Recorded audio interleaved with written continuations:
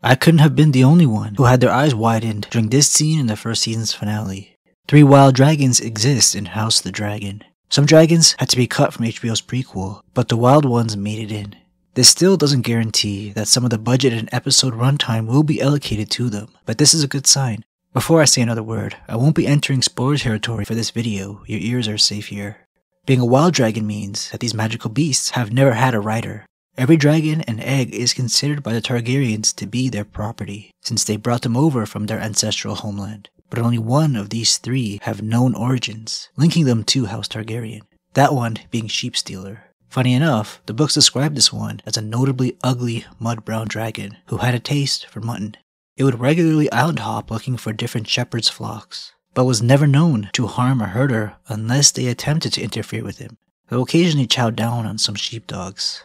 Sheepstealer, clearly not named by a Targaryen, they usually give their bonded beasts names after their cultural gods.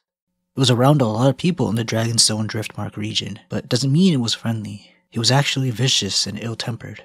Being wild for so long means they are far more difficult to tame, even for the Targaryen family, so they're avoided. Why attempt to bond with a wild boy when there are so many vacant others who previously have had owners break them in? Or even better, have your parents just put a dragon egg in your cradle so you grow up together bonded. Dragonstone is overall a better housing experience for dragons. There's no gates and chains and ceilings like there are in King's Landing, stunting their growth and limiting their freedom. Dragonstone has a volcano where they lair in, matching their former homeland Valyria. Sheepstealer was born on this island, hatched in the time of King Jaehaerys' youth, making Sheepstealer over 100 years old when the Civil War kicks off. The Targaryens in the lore, knowing the general time its egg hatched, does say Sheepstealer does not come from a mysterious location. Most characters believe House Targaryen has the last few living dragons in this world, but others challenge that with some beliefs of their own. The remaining 2 are the mysterious ones, the dragon called Cannibal especially. The largest and oldest of the wild dragons was the Cannibal, so named because he had been known to feed on the carcasses of dead dragons and to set upon the hatcheries of Dragonstone to gorge himself on newborn hatchlings and eggs. Coal-black with baleful green eyes, the Cannibal had made his lair on Dragonstone, even before the coming of the Targaryens some small folk claimed. Would-be dragon tamers had made multiple attempts to ride him a dozen times. His lair was littered with their bones. So we don't know Cannibal's age or where it came from, but odds are it has similar origins to Sheepstealer. A Targaryen dragon left unwanted for too long and became wild. It's just the fisherfolk like to make more fantastical stories out of nothing. After all the failed taming attempts by unknown characters, none of them likely Targaryen, Cannibal has been feared and avoided since. In House of the Dragon, Daemon could have went to Cannibal to form a secondary bond if he wanted the most lethal dragon on the black side of the Civil War, but chose Vermithor instead. Vermithor, being previously bonded with the old King Jaehaerys, was just a safer, easier option. But I don't think Cannibal will be as large as Rhaegar in the show, if Cannibal will be included at all, besides this passing comment by Daemon in the first season's finale.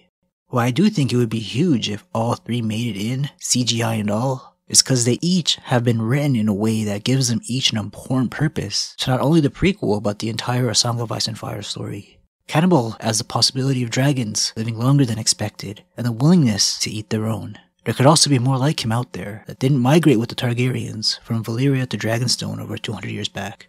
We know Balerion the Black Dread, the largest recorded living dragon, lived 200 years before dying of old age, but he had gone through a couple wars before finally being caged up. Then, before his death, made a final visit, supposedly to the ruins of Valyria, where he fought something big and nasty, and that left him with pretty serious injuries. We just don't know what he fought. Random fishermen say Cannibal is even older than the dead Balerion. Sheepstealer provides another big addition in dragon lore. I just won't talk about it because spoilers.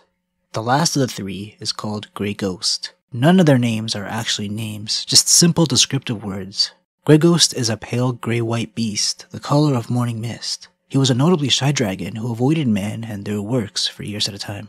Something as powerful as a dragon, the most powerful being in this world, is almost afraid of men. That's a first for this story. Grey Ghost dwelt in a smoking vent high on the eastern side of the volcano, preferred fish, and was most oft glimpsed flying low over the narrow sea, snatching prey from the waters. If any of the Targaryens in House of Dragon are looking to seek him out to add some firepower, Grey Ghost will be the least dangerous, but hardest to find. All 3 really embody the phrase wild dragons. Grey Ghost is like a free wild legendary Pokemon enjoying its freedom with no master, coasting over the waters. Sheepstealer takes people's livestock without asking nicely first. Cannibal is a complete menace to dragon society. Let's see if they have the budget to do anything fun design-wise. Thanks for watching this one, guys. I'll see y'all soon.